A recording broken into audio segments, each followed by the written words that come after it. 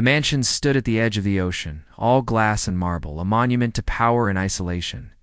Inside, a cry echoed down the hallways, high-pitched, angry, the kind of cry that made people flinch before they even reached the door. Little Oliver Montgomery, heir to a billion-dollar empire, was at it again. Another nanny was leaving, tears streaking her face, a fresh bruise on her arm. But then came Clara Johnson, a quiet woman with warm brown eyes, wearing a simple gray uniform and shoes worn from years of walking. She wasn't there to raise a child.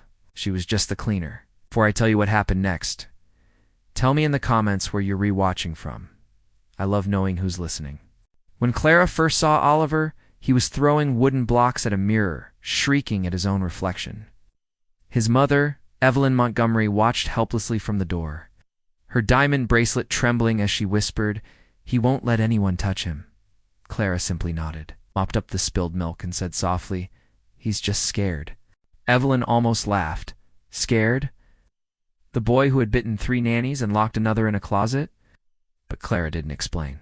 She just smiled, her eyes kind but knowing, the way someone smiles when they've seen too much of life to be shocked by it anymore. Days passed. Every morning, Clara arrived before dawn. She didn't talk much, just hummed old songs as she dusted the chandeliers, and folded the tiny clothes left in piles by Oliver's door. And though the boy never spoke to her, he stopped screaming when she entered. He'd just watch her, suspicious, curious, his small hands gripping the edge of his crib. One morning, the housekeeper gasped. Clara was in the nursery with Oliver on her lap. The boy wasn't hitting. He wasn't crying. He was quiet, listening. Clara was telling him a story about the stars, how they were like people who never stopped shining, even when no one noticed. Evelyn stood in the doorway, speechless.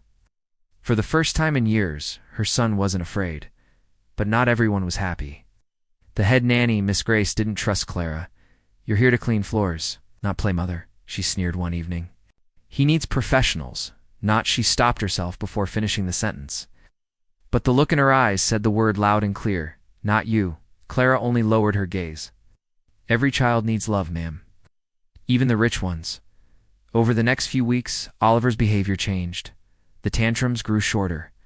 The bruises on his nannies stopped, and sometimes at breakfast, he'd even smile just for Clara. But one afternoon, everything shattered. Evelyn's husband, Charles Montgomery, returned from his overseas trip, a man with a voice like thunder and patience thinner than glass. He found Oliver asleep in Clara's arms, the cleaner sitting on the nursery floor. "What is this?" he barked. Evelyn tried to explain, but he cut her off. "My son is not to be handled by the help. Fire her tonight." Evelyn hesitated. She'd seen the change in Oliver, the calm, the light in his eyes. But her husband's word was law in that house. Clara packed her things silently. Oliver woke as she reached the door and began to scream, a deep, heart-wrenching cry that echoed through the mansion. Charles stood frozen. No one had ever seen the boy cry for someone before.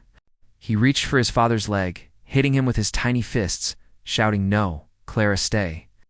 Then, in a gesture that silenced everyone, Oliver ran to Clara, buried his face in her neck, and kissed her cheek.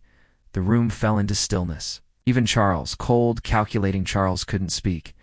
He just stared at his son, the little boy who had never shown affection to anyone. Evelyn stepped forward, her voice trembling. "Charles, maybe we should listen to him." But Charles turned away. "I built this life so my family wouldn't need people like her." Clara didn't argue. She only said, "Sir, sometimes the ones you need most don't come wrapped in gold." And with that, she walked out, the boy's cries chasing her down the hall. Days passed. Oliver refused to eat. He wouldn't sleep unless someone hummed Clara's song, and no one knew the tune but her. Evelyn begged her husband to reconsider. Finally, when Oliver was rushed to the hospital for exhaustion, Charles gave in. "Bring her back," he whispered. When Clara returned, the boy's eyes fluttered open, weak but alive. "Clara," he murmured. She smiled through tears. "I'm here, baby." In that moment, even Charles, a man who had never bowed to anyone, lowered his head. He realized what he'd been too proud to see. Love doesn't care about money, color, or class. It simply finds its way to where it's needed most. After that day, Clara wasn't just the cleaner. She became part of the family.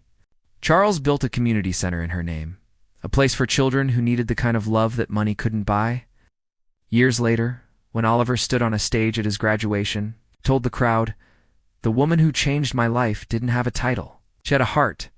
And in the front row, Clara sat with tears glistening in her eyes, her hands folded, proud but humble as ever.